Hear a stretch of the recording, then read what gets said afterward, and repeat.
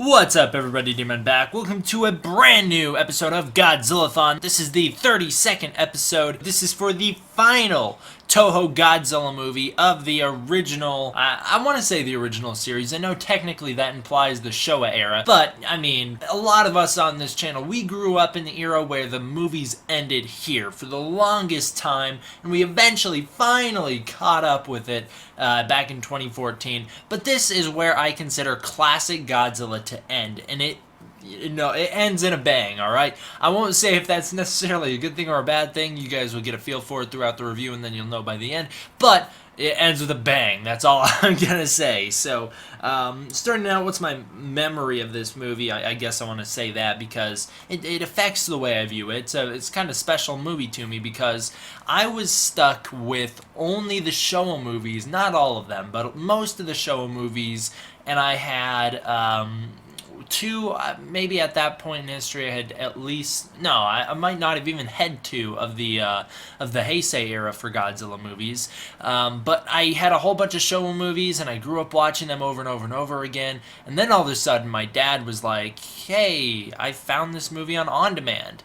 And what movie was it other than this one? So I was a little kid. This was probably 2006, maybe 2006 time frame. This movie just kind of blew my mind.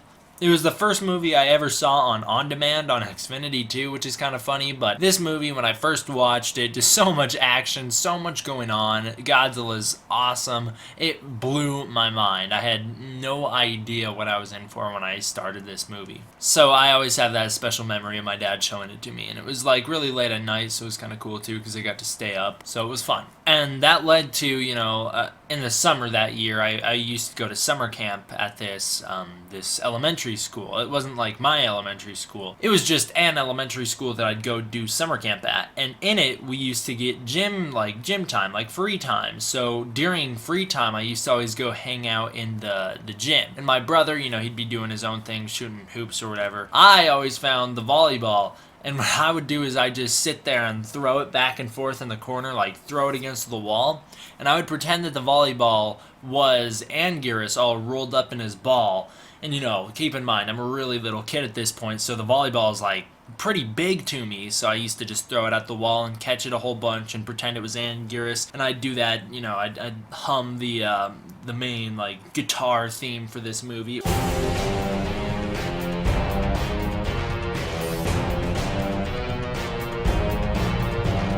That's another memory that I always have about this movie is, as a kid, just doing that. Getting into the actual movie, this is the 50th anniversary of Godzilla, and Toho really wanted to celebrate, and they celebrated right. I don't think it's necessarily the best send-off for Godzilla. I've said this in previous videos. I think Godzilla vs. Destroyah is the best send-off for Godzilla we've had so far. It is the most respectful and the most true to the original. This movie is not true to the original at all. It is one of the most different Godzilla movies I've ever seen.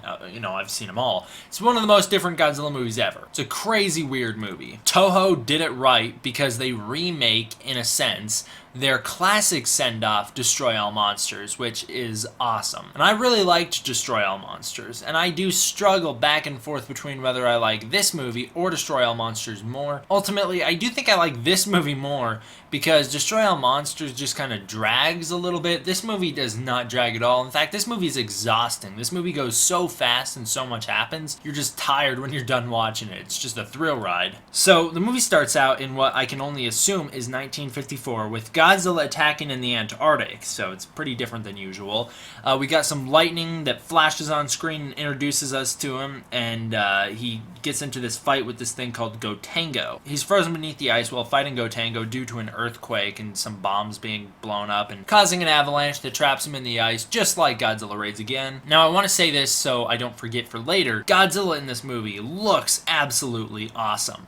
I do always go back and forth, because when I watch the movie, he looks very black. Like, his skin tone looks very black, and it's really cool and menacing, but then in all the production pictures or the stills of him, he looks very gray, or brown, I mean. So it's just kind of odd to see the two. Like, even on the DVD cover, he looks super brown, so I don't know what the deal with that is. I like the black color more. I think it looks a little bit more menacing than when he looks brown. But it is kind of funny that most of the stills that I see of the movie, he looks very brown. But Godzilla, like I was saying, looks incredible in this movie. They slimmed the suit down a ton so that the actor could do a whole bunch of intricate movements with it, and we do see a lot of this fluid fighting later on in the movie, and it works really well. No hug fest in this movie, that's for sure. I also love the red, fiery eyes. They just look super menacing. And this is also my favorite Millennium design other than GMK. Well, I don't know. I always go back and forth on the two. Currently, at the moment, I'm thinking I like this design more than GMK, but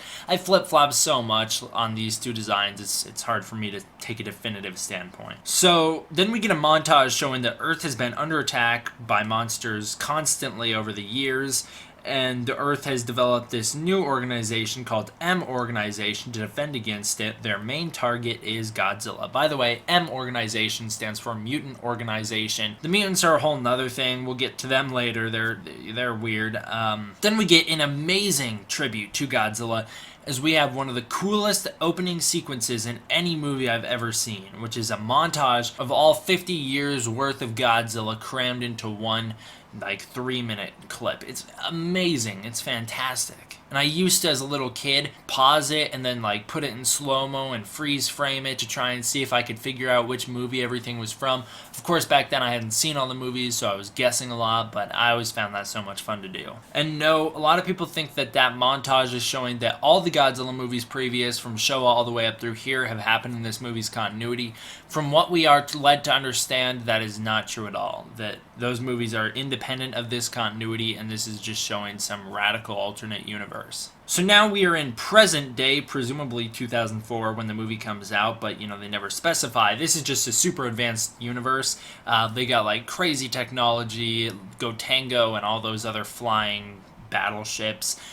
They don't really have a lot of technology that we have now. They have a lot of futuristic stuff. But I'll say it takes place in present day just because there was no date listed on screen. We pick up off the coast of Normandy where Gotengo is fighting Manda. The captain of the ship is an American pilot named Captain Gordon. He's pretty awesome. I'm not sure his acting's always great, but the character's pretty awesome. The fight's kind of weird. Manda wraps himself around the Gotengo and then eventually just gets obliterated because they heat him up to the point where they shoot him with a mazer and he freezes solid, and then they use Gotengo's big drill to drill right through him and kill him, which is cool. I don't remember which movie Gotengo and Manda are from. I don't know if they're from the original Showa movie together, but they were, they're both returning things from a Showa movie at one point or another, which is a cool reference. This movie's full of neat little stuff like that. We cut to a Matrix-style training montage. The combatants are Kaizama, he's the proud warrior, and our other character is Ozaki, the compassionate one. Ozaki is assigned to help escort a biologist named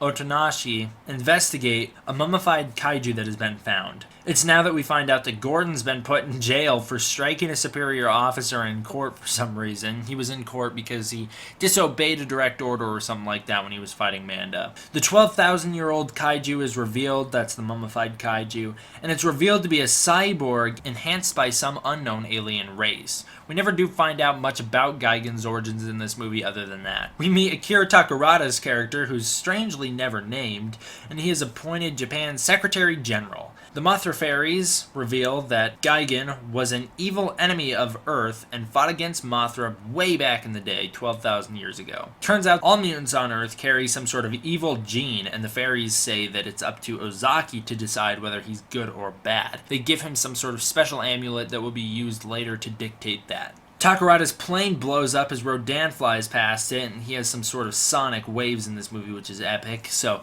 Rodan flies over New York and creates huge sonic explosions that destroy all the buildings around him and set everything on fire, and the destruction scene goes by pretty quick, but it's really fantastic and very well done. I don't really like that whole gangster sub-scene leading up to it with the gangsters standing there, I'm gonna shoot you, cop, or whatever that whole thing is. That's stupid. Sound effects are really cheesy and dumb. I'm not a fan of that scene. Just cut to Rodan flying over and it'll be great.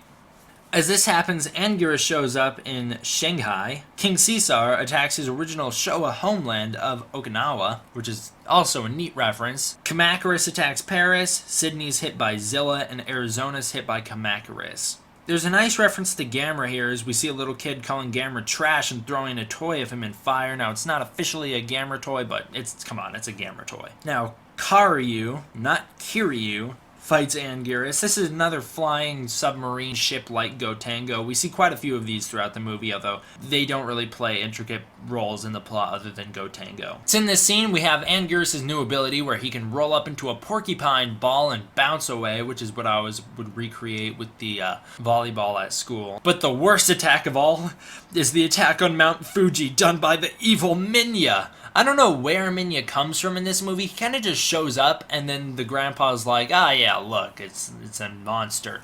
Like, what on earth? So the kid's all cool with it, and he's like, no, Grandpa, don't shoot this thing. I like it. But I don't understand at all. So is Minya brought to Earth by the Exilians, or is he legitimately the son of Godzilla? Also, if he's legitimately the son of Godzilla, like, how did he get there? Where does he come from? This movie doesn't provide any answers for the questions it, brings up. But it is, like, where does this come from? Did the Exilians drop him in the middle of Japan and they were like, yeah, this will give someone a good scare? But if so, why didn't they suck him back up when they brought all the other monsters up later on in the movie? Just doesn't make a lot of sense to me. Minya's inclusion in this movie should have been done away with. He only bogs it down.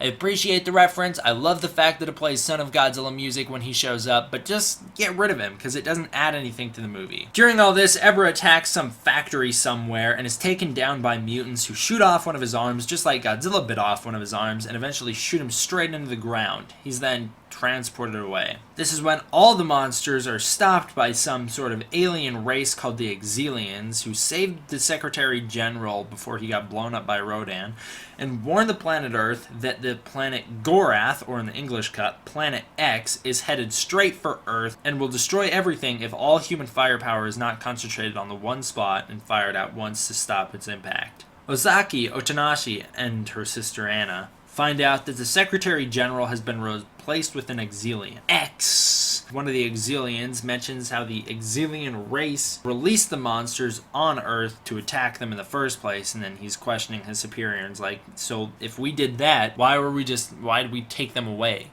Why did we get rid of them? And you have the superior Exilian who's like kind of the good guy, I want to say, because he's like, listen, all right, we caused some damage, but I'm still trying to maintain a relationship here. I'm still trying to be as civil as possible and cause as little casualties as I can. I'm just trying to show them that we're in charge and weaken them up a little bit. X doesn't take too kindly to that. Ozaki then realizes that Gorath is fake, completely a made-up story, and both the Secretary General and Miss Namikawa, who is, a name reference to Miss Namikawa from Showa era, from Invasion of Astro Monster. I believe that's the name reference, but she's also an Exilian, and she's the leader of I don't think they make it totally clear in this movie. I think she's just like one of the people in charge of the M organization. Okinawa enlists the help of Captain Gordon. However, you don't find out how he gets to Captain Gordon, who is currently in prison, how he breaks into that prison cell, until you watch the deleted scenes in the after credits when you find out that he beats up a guard, steals his pass, and then goes and lets Gordon out. The X organization confronts the Exilians on national television, and the Exilians are then exposed. Takarada's head splits open after he's been shot multiple times by Gordon and turns into an Exilian. X takes over everything. He first kills his commanding officer, so now he's the lead Exilian, and he also controls all the mutants except for Ozaki, and it's at this point he reveals the Exilians' true motives, that you're either the butcher or the cattle. Basically, they're just going to use humans as like their food source, and they're going to kill and eat everybody. That kind of thing. Just that good old alien behavior. So Ozaki, for some reason that we don't know yet, is not affected by X's control, and the X organization leader, or at least their squadron leader, is also not affected for some reason. I don't know if he's supposed to be a human or not. I don't think so, because he single-handedly takes on every single X organization mutant. By the way, I just realized that I've been saying X organization. I mean M organization, that's all. So anytime I've said X organization, just know I mean M organization. I'm saying X organization because when I was taking my notes, I got confused with the X-Men because of mutants. That's all, so there you go. So the M organization's leader, like I said, he fights all the mutants to the death. Ozaki and Kayama get into some crazy motorcycle battle on the road, a high-speed motorcycle chase, which I always loved as a little kid. Gigan is released upon Earth. He's woken up by X. All the monsters are released back down on Earth, and the Exilians launch an all-out attack. The Statue of Liberty is blown up and falls straight into its Planet of the Apes position. Minya, Kenny, and Grandpa all head out together. Gotengo is prepared for launch, and it's here we learn that all natural mutants can be controlled by the Exilians. This is Godzilla's advantage, because Godzilla is not a natural mutant, he is a creation, an abomination as a result of man's nuclear testing, meaning he cannot be controlled by the Exilians, therefore he will always remain independent against all the other monsters. Gordon plans to release Godzilla upon the world so that Godzilla can destroy all monsters. He does so by blowing up the area above Godzilla in Antarctica, but that's after Gigan attacks him and knocks him out of the sky. He blows him up with Gotengo. Godzilla stops Gigan from destroying Gotengo, and Godzilla decapitates Gigan, showing some real intelligence here as he knows how to dodge blasts Gigan sends at him and knows exactly where to aim to kill him. Godzilla's pretty smart in this movie. Turns out there really is a huge meteor headed for Earth after all, as X reveals that something huge is coming straight to Earth in order to intercept Godzilla. Godzilla kills Zilla really quickly, which is an infamous scene that everyone loves. He then stops Kumonga, which always stuck with me as a kid, was Kumonga's new yellow webbing, which he's never had before. He's always had white webbing, and how Godzilla was able to grab onto it and throw him way out of there. Godzilla impales Kamacuras, which is an awesome scene. And then he decides, why not attack some cities along the way, right? So he attacks some cities, and here we find out that Godzilla's rage stems from the hydrogen bomb, so we still have some of that original allegory and message. But it has nothing to do with fish. This is a big distinction I need to make, because the English dub implies that Godzilla is all upset because people killed some fish. Like, there was a fishing crisis and Godzilla was not having it. I don't know. The English dub of this movie is not very good. I'd just say stick with the Japanese one. If you're really that worried about it, know that 50% of the dialogue is in English anyways, so you only have to read, 50% of it. And also, you don't get any weird explanations like Godzilla's upset because some fish died. Rodan, King Caesar, and Anguirus all go up against Godzilla at once, and he annihilates all of them. I always loved to see the way Godzilla would bounce off Anguirus' head. And I also like the way he uses the other kaiju against one another, as he uses Anguirus' spiky back as a landing pad for Rodan, and he uses it against the monsters various times in order to hurt them. This fight's really fast-paced. The monsters all move super quickly and do some really crazy agile stuff like jumping off walls. Godzilla performs some intricate dodges and jumps here as well. Minya grows up to way big height, I guess. I don't know. He might be 100 feet. I'm not sure. He's like 50 to 100 feet, somewhere in that range. Kaizamas sacrifices himself to shut down the Exilian field, which, that used to always make me so mad. So he flies in into the Exilian ship through their force field, and then he blows up their generators so that they can no longer generate a force field so that Gotengo can get at the Exilian big ship. I always was like, hey, wait a minute, why don't we just, not have Kayama die right here, because he was always my favorite character in this movie as a kid. I'm not totally sure why. He kind of comes off as a jerk. The recent watchings I've had, I've kind of grown used to him. Like, when I watched this movie a few years ago, I was like, yeah, he really is a jerk. But this viewing, I was more like, no, he's not that bad after all. He's just like, he really likes to fight, that's all. I don't know just why I would like him as the main character, though. I guess, I'm not a big fan of Ozaki, still I'm not, so I probably liked him just because I had no one else to like. There's nothing wrong with Gordon or anything, I like Gordon as well. This movie just doesn't have too many memorable characters. Ozaki drives Gotengo through the mothership wall in order to get into the Exilian ship.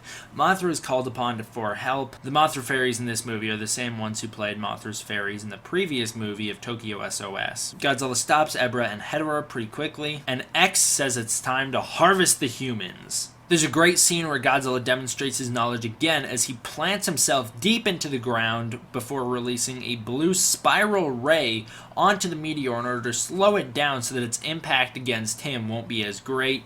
The impact still happens and it levels Tokyo, but Godzilla tanks it and he is basically unfazed by it. The meteor is revealed to be a new monster, Monster X. Godzilla and Monster X kick the crap out of each other.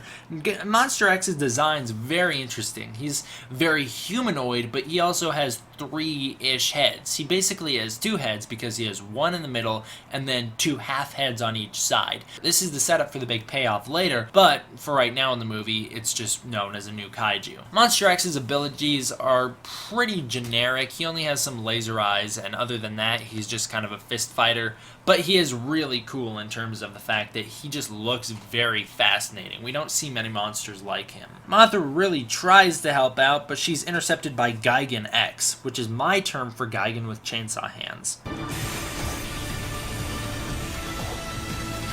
Groovy. Turns out that mutants are the crossbreed of Exilians and humans from way back in the day. They're the ancestors of crossbreeds, which is a really interesting idea that they don't mention too much. They just kind of mention it in passing. This is where Ozaki is revealed as a Kaiser, which is why he was unable to be controlled earlier. Turns out that X is also a Kaiser. Mothra sacrifices herself in order to kill Gigan, even though somehow she later on winds up alive. But she, literally obliterates herself, blowing up right here. She gets a wing cut off, set on fire, and then she drives herself straight into Gigan, and there's a huge explosion. Mothra is not coming out of that, alright? I don't know how she's alive later on. I don't know if that's canon either. It's just a deleted scene in the ending credits. So this is where Ozaki officially becomes a Kaiser. He reveals his full potential. X almost uses him against the humans, but he's stabbed by the amulet and turned good again. Godzilla saves the humans by shooting the Exilian ship, and that somehow releases Akira Takarada's character and the other general that was kidnapped, and the humans are able to stage a rebellion against the Exilians. Godzilla then decides to beat up Monster X real bad. He just sits on top of him and does the older brother where he just wails down on him. Like I said, Takarada's character is in fact alive. There's a very Matrix-esque fight between X and Ozaki, and it results in X being defeated, which is why X decides that the ship needs to explode, and he sets it to self-destruct. Everyone's able to escape on Gotengo in time, though, and X just winds up blowing up with his ship. Monster X turns into Kaiser Ghidorah, which is the big reveal that the 2 half-heads were actually full heads just waiting to evolve. Ghidorah overpowers Godzilla, taking his energy, so Ozaki has to give Godzilla the power of the Kaiser. This results in Kaiser Godzilla, unofficial name. That's just my name. So Godzilla decides to decapitate 2 of Ghidorah's heads, blowing the middle one right off, and then he uses one of Ghidorah's heads to blow off the other one of Ghidorah's heads, and then he throws Ghidorah around a bit, and I mean literally, he grabs onto the only remaining head. So he blew off the middle and right head. He grabs onto the left head and just kind of swings him through the air, smashing him into the ground, throwing him around. It literally just beats the crap out of him. Then he decides why not just throw him straight up into the air and baseball style shoot him out of the ballpark. And that's exactly what he does. He throws him up into the air. And it's weird, by the way, that I make a baseball reference here because Godzilla does this thing earlier where Anguirus is spinning at him in his ball form. And Godzilla jumps up and tail swipes him out of the air. But here, Godzilla uses his atomic breath to just fire away, shoot Kaiser Ghidorah through the air, obliterating him, and he shoots him with this brand new version of the red spiral ray, which is a great Heisei era reference. Godzilla shoots down Gotengo, and he's about to destroy it before Minya saves all the humans standing in their way so that Godzilla can't kill them. Godzilla and Minya head out to sea together, and the 2 swim away as the sun rises. The after-credit scenes, or I guess I should say the mid or during credit scenes, reveal that Mothra is somehow alive and so is Hedorah, but that doesn't matter because so is Godzilla. The after-credit scenes are basically just like a montage that play while the credits are rolling that just reveal a whole bunch of deleted scenes. So, in this movie, the human plot, it's absolutely crazy. It goes by so fast. There's almost non-stop action in this movie. Something is always happening. There's no time to get to know or like the characters, and therefore I find it a bit weak. I'm not a big fan of any of these characters. I don't think any of them stand out. Gordon's pretty cool, yeah, I guess he does stand out. And Akira Takarada's character is really cool because it's Akira Takarada. There's no real reason for why I like him other other than that, to be honest, because he doesn't do too much. Other than that, though, I always liked Kayama as a kid, but now, growing up, I kind of find him a bit bland. He's just generic. And Ozaki is no different. The kaiju stuff in this movie is pretty good. It's surprisingly a small amount. There's not a lot of kaiju stuff in this movie. Most of the fighting occurs, even in the final battle with Godzilla and Kaiser Ghidorah, between X and Ozaki. You don't actually see too much of what's actually going on with the kaiju fight, which I find very interesting. It might have just been done to save some money on the special effects, considering how many suits had to be made for this movie, but regardless, there's just not too much kaiju stuff in this movie. However, what there is, there is. It is awesome. Anytime there's something kaiju on screen, it's absolutely fantastic. It holds your attention 100%. And this movie really makes me feel the apocalyptic vibe that Destroy All Monsters wanted us to feel, that many Godzilla movies before have wanted the audience to feel. This movie, I think, is one of the only ones ever to achieve that, where you really feel that Earth is in peril. The effects in this movie are pretty good. There's some bad CGI, and by some I mean quite a bit of bad CGI, but anything involving suits is very well done.